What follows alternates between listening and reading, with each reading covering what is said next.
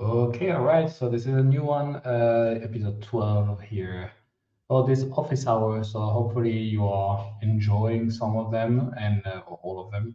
And today we are going to talk about some specific questions that came up last week.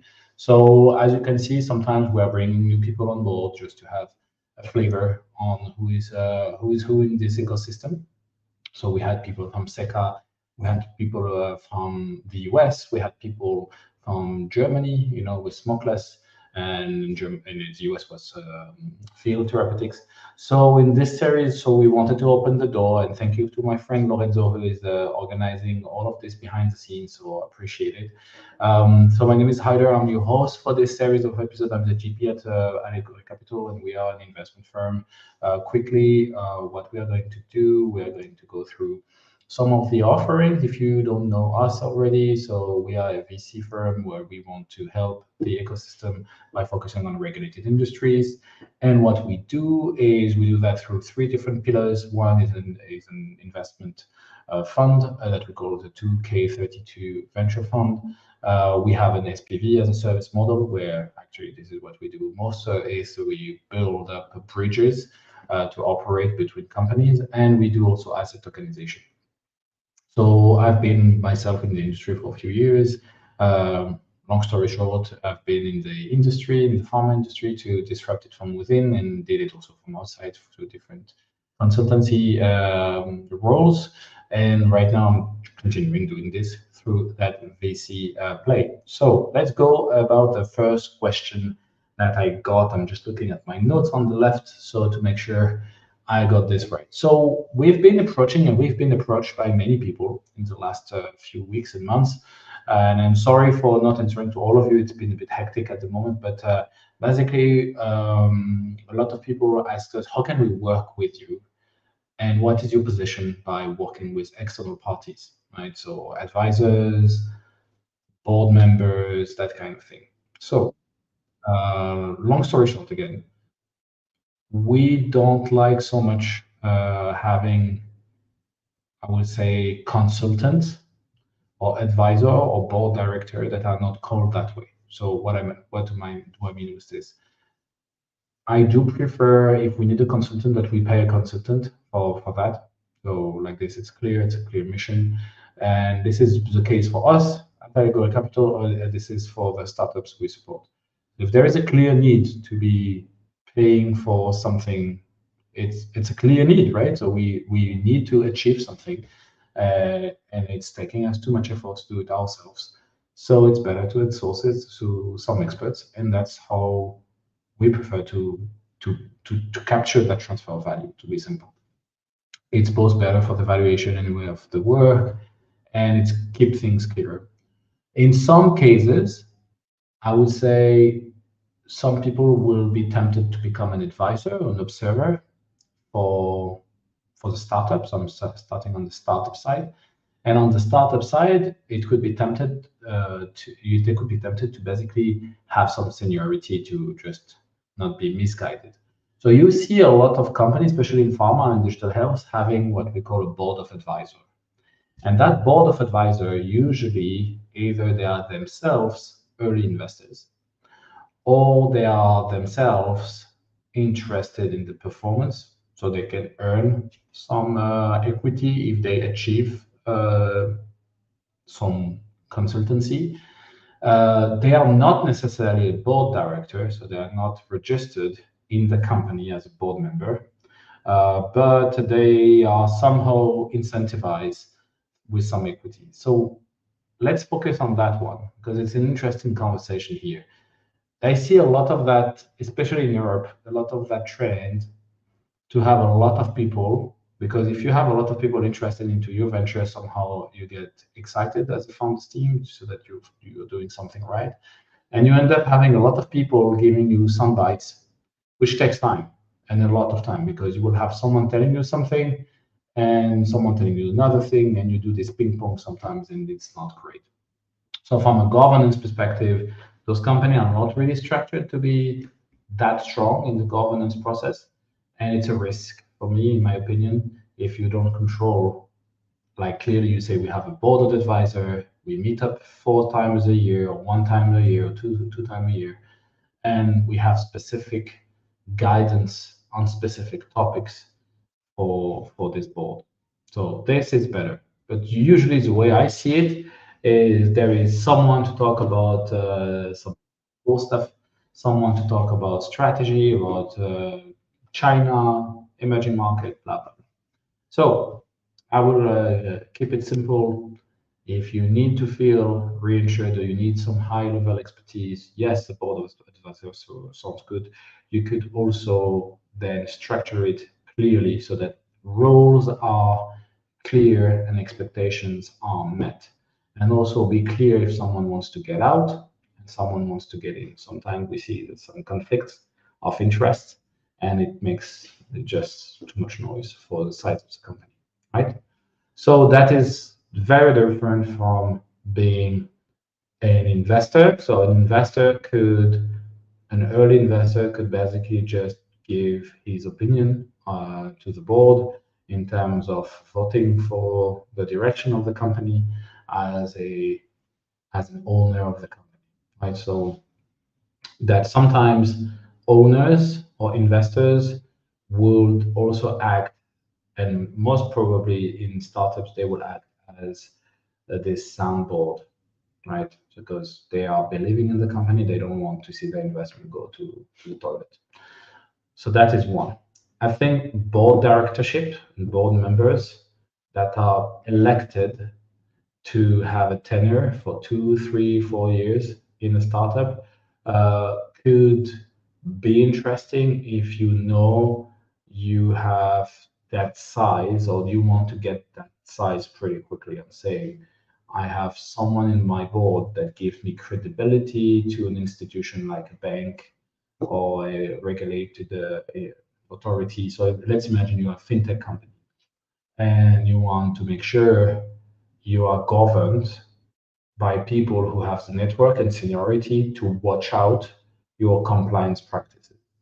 Could make sense that you have on your board people who were former bank director or they were like understanding the state regulation very well so that you can shape the profile of your company so that if you get an audit or you get on the scrutiny for license, people will say, oh, but okay, they got some people who are like reputable, right? So that's usually how you can get like white hat people playing in your field so that you know you are self-governed in a way, right? So that is one piece. So all of those people now coming back to time and money. If you're an investor, it's clear you don't get paid to do your advices. If you are a board directorship, usually you get paid either in equity or tokens of board meetings. If you are an advisor, it could be also paid in equity. Usually it's 1% something per people. And you can also get some tokens, or you can get like a counter in the account of the company that you say, okay, this guy is working for 3 years. He has transferred the equivalent of 1K per meeting. And so we owe this guy 20K and we transfer that into equity in a pocket, like you swap it. So it's kind of they get paid in equity, right?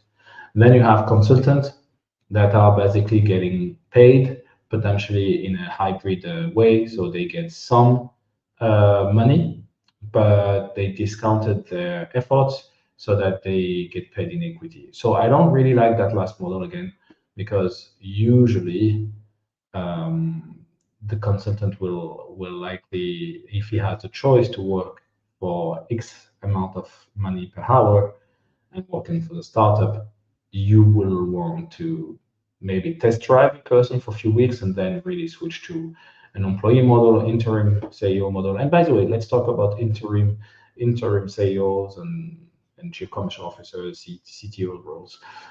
That will be something interesting that potentially the company needs some boots and arms on the ground to work, right? So some of the advisors, investors could interim join the company, and then they have to get some type of compensation. So I would recommend it to capture this because otherwise it's just also creating a bit of a messy situation where people are expected to do the role of a CTO because they invested in the company, but basically they don't get the compensation at the level of where they are in their career. So just be careful with expectation. Okay. So now let's go back to the venture partnership role. So from a VC perspective, we do have consultants, as I said, that we can bring on board to just validate evaluation, for example. So to make sure that in this country, this part of the world, we worked in the past with such consultants to just give us a soundbite to make sure we do the right thing. I would also say we don't we don't give them equity or we don't give them any interest. We just pay our invoices because like this, it's clear. Now there is a separate on Allegory Capital. There is something that we identify that is time consuming and requires a senior expertise. So most of the VCs usually will cover their portfolio with a lot of junior to mid senior analysts so that they make sure that they get enough coverage, and it's cheaper in a way, but it's also a good way to mitigate your risk of paying high salaries to people who will basically just dig into a lot of not so good portfolio startups. In our case, because we have very specific industries, so we kind of see a repetitive pattern of what we get in. We decided to work with what we call venture partners. So venture partners, in that sense, are a different breed of advisors in a way. They are not on the startup side; they are on the VC side. So for us, they have an industry expertise for sure. They have a deep knowledge about an industry and a region, for example, like the US or Europe or Germany or Switzerland, and they know how to control their time and control the governance around them. So we don't have to kind of babysit them. And they all share something in common is that they are very curious about innovation. They usually have an activity. It could be a corporate job, it could be a business angels that wanted to go to another industry line, and that happens.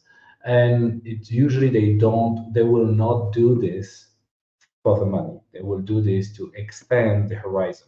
So it means that they don't need that job as a job, basically, to live. It's not a full-time job. That's what I'm trying to say.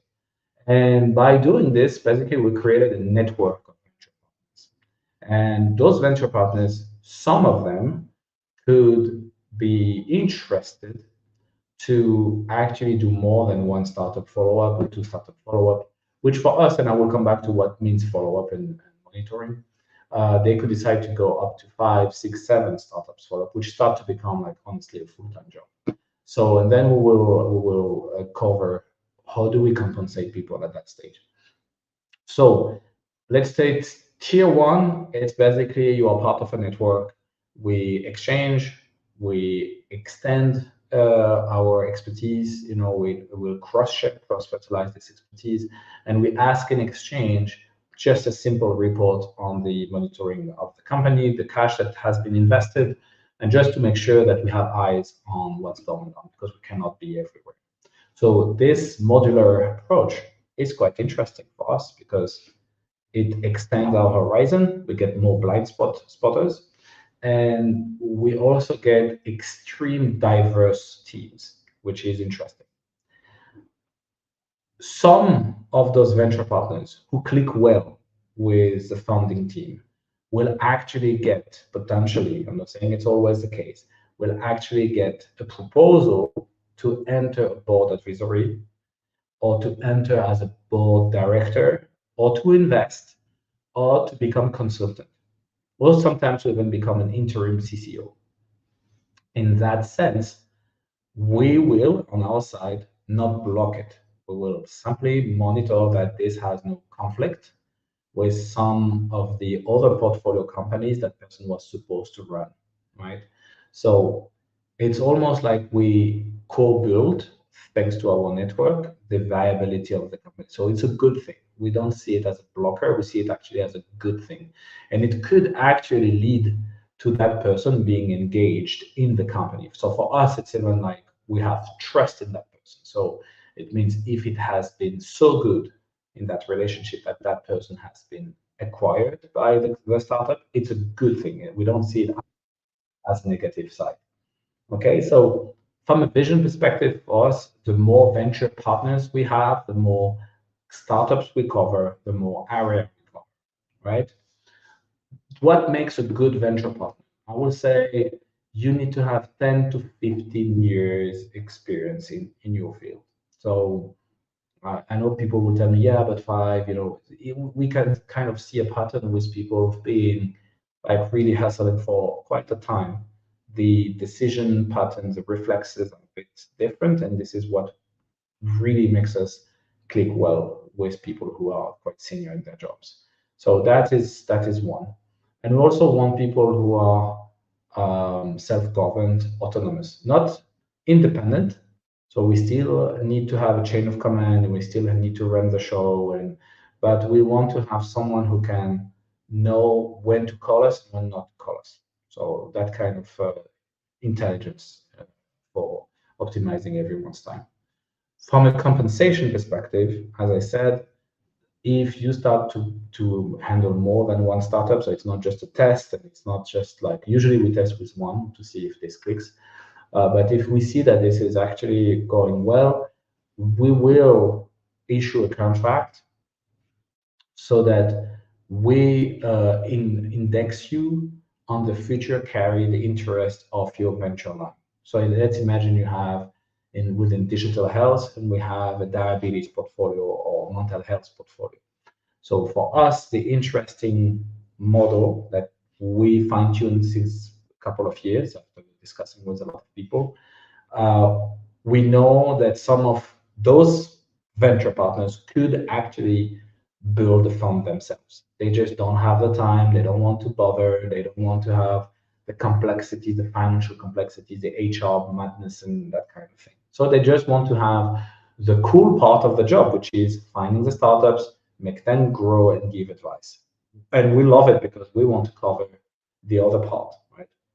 So in that end, what we will do if that person wants to have the best of both worlds, that venture partner can sign a contract with us where we will say, look, we are going to calculate the ERR of this virtual line that you're working for us. This is a contributor towards the entire fund.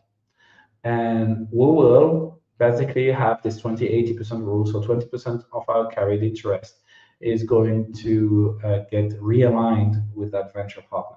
If there are multiple venture partners, we will split it with the amount of venture partners according to the size and the risk of the portfolio. So we have kind of built a little formula, which is complex and not at the same time. To be honest, it's not that complex, but yeah, it takes a bit of time to explain.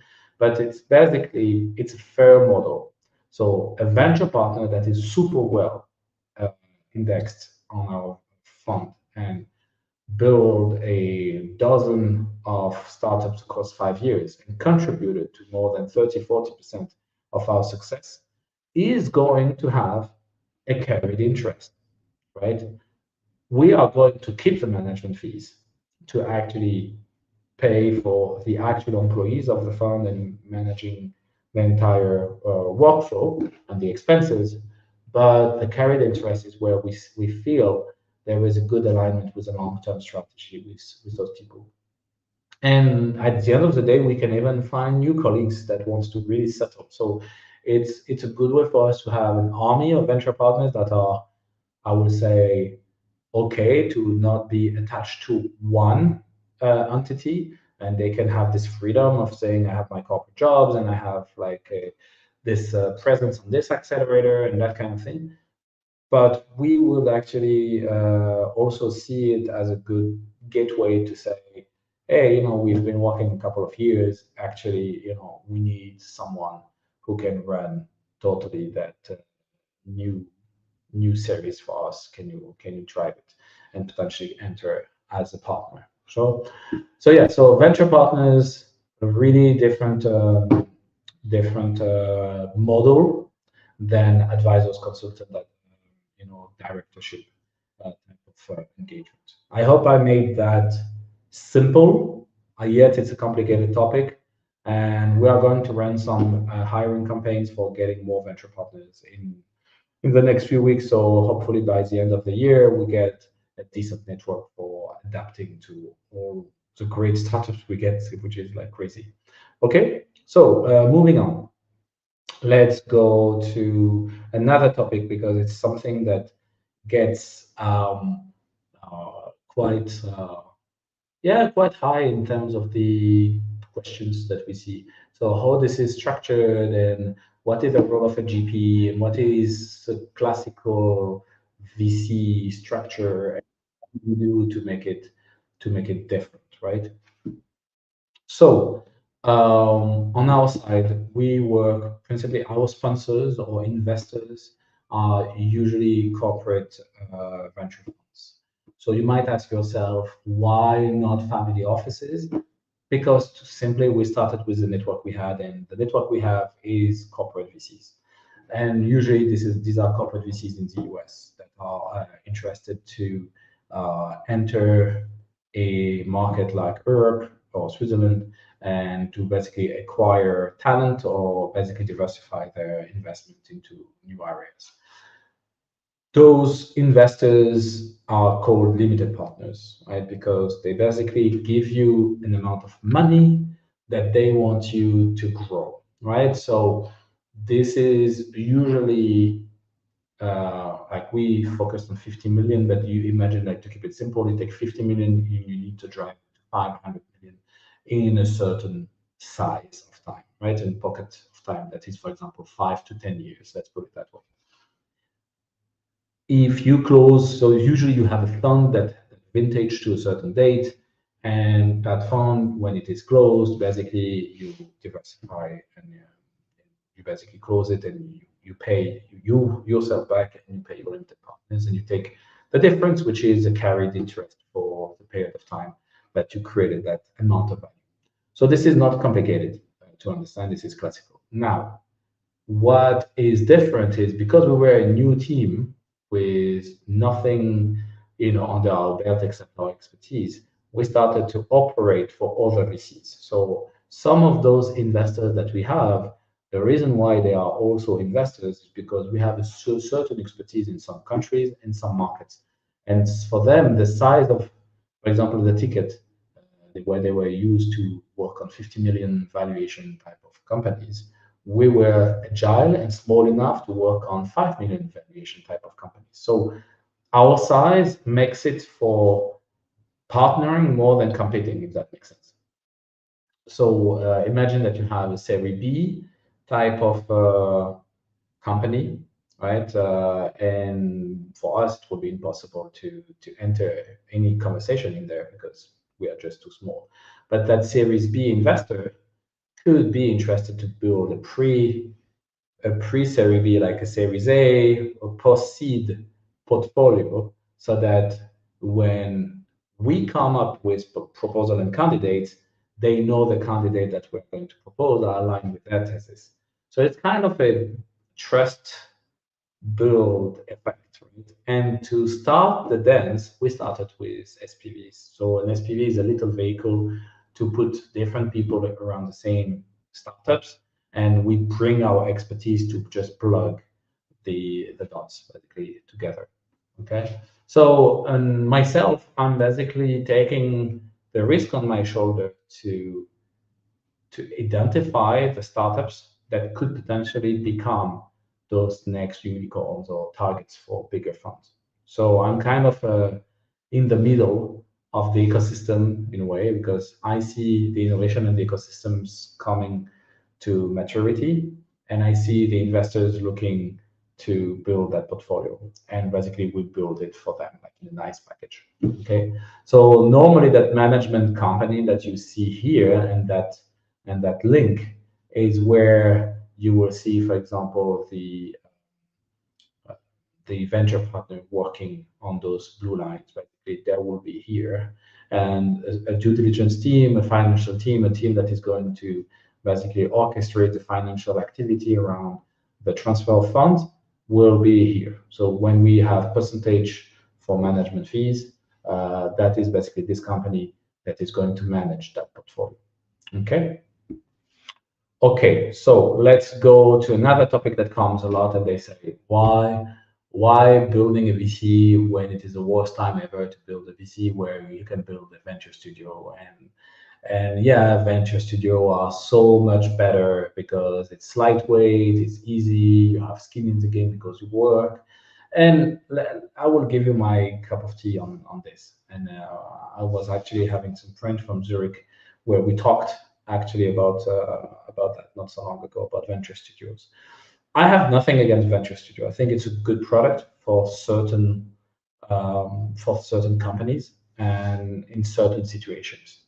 So, and venture capital fund are also a good product, a good accelerator for certain companies. So not all startups need a VC, and I think it's almost some startups should not raise from a VC, to be honest with you.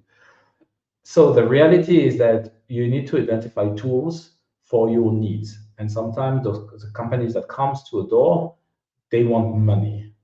And this is like the denominator. They say, yeah, we come to fund because we need the money to grow.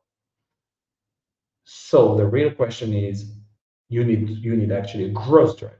It could be organic, it could be through external private capital, but your problem is not in getting the money, it's getting the growth that could be the external or organic, right? Venture studios, for me, are relevant where there is no proof of value or proof of concept yet, and you need to get quickly from 0 to 1. Like, I gave you an example. You are a bright, corporate person working in a pharma company. You see the industry, and you've been dying to construct a patient support program in diabetes, for example, and you know that your company is too slow to do it, but you have the idea, and you should build this near you, but not inside the company. So a venture studio could actually be better than an innovation lab, because a venture studio will take your problem, iterate it in 3, 6, 9 months, get you out of the door with a product. You might not be pleased with the product that has been created, because compared to what the pharma company has designed internally, it is maybe totally different, but this is what the market would have wanted at that time. So a venture studio can get you quickly from 0 to 1. And I think this is where you really have no teams, you have no commercial acumen, you just have a good idea, like the beginning of a product market fit. Venture studio will actually take equity for doing the job and taking the risk. It's like, we'll build you a company out of nowhere, but you will pay for that company, and we will run it for you. So yeah, some people will, why I don't like it, because if you see this from a VC perspective, it's kind of building a company in a petri dish, right? So there's less soul in it. It could work, but it means it's more of a software engineering like / agency type of play. So some good product can get out of this. I'm not questioning anything about this, but yeah, the drive for me would be missing. So it will really be up to the startup studio people to take a step back. I don't know a lot of them, to be honest. I know some of them, and the one that I know usually stay involved, and it becomes like a multiple, like a CTO will be on 20 companies, and for me, it doesn't make sense. It's just a defocus. Second, for me, the accelerator compared to the venture studio. So an accelerator is like, I will say it's more for a founder that maybe was on a garden leave and wanted to quickly grasp the codes and the network and the PR around an idea. So if you are a new team and you kind of want to build up that team spirit, and you want to get reassured that you are in that environment of things moving fast and that kind of thing, An accelerator, it might get you that extra boost. It's like a nano MBA for growth. Yeah, you just take your idea and you iterate. So yeah, why not? So I have nothing against accelerator. I kind of question, and I've been vocal about accelerator taking equity because the value transferred, it's quite not so much compared to the time spent by the founders to do that. Some of them I can understand from the PR perspective, like getting highly visible in front of investors, and that I can capture the transfer value from an accelerator perspective. But yeah, so that kind of is the message I would convey. And a seed capital fund, so early stage, super early stage, usually will get you incorporated, will help you basically just get out of the ground. I would say will take not so much risk because they will give you maybe 300K, 200K to get going. And you will get less expertise definitely from than startup. You will get more control, but you will likely get nothing except like some early advice on how to run the company. So, or to position it, or to build the first proof of concept. It's very less likely that a seed fund that is super early, like that goes from really the idea to incorporation, is going to invest a lot of time, right? It's going to be like purely an investment play and some advice. It could be enough, right? For most of the people, it's just like that little, push to get going and to have the first prototype to roll out to investors. And a seed stage is about building the product and building the team. So if you get 300 to 500K and you kind of build the team with it, yeah, you don't expect this investor to pay for the growth as well. So it's really clear what they're expecting to just take you to a stage where you can capture a little of intent. And this is where I would say we would like to come. So it's between those two stages when you are ready to launch commercially a product and when you have something that is capturing that interest.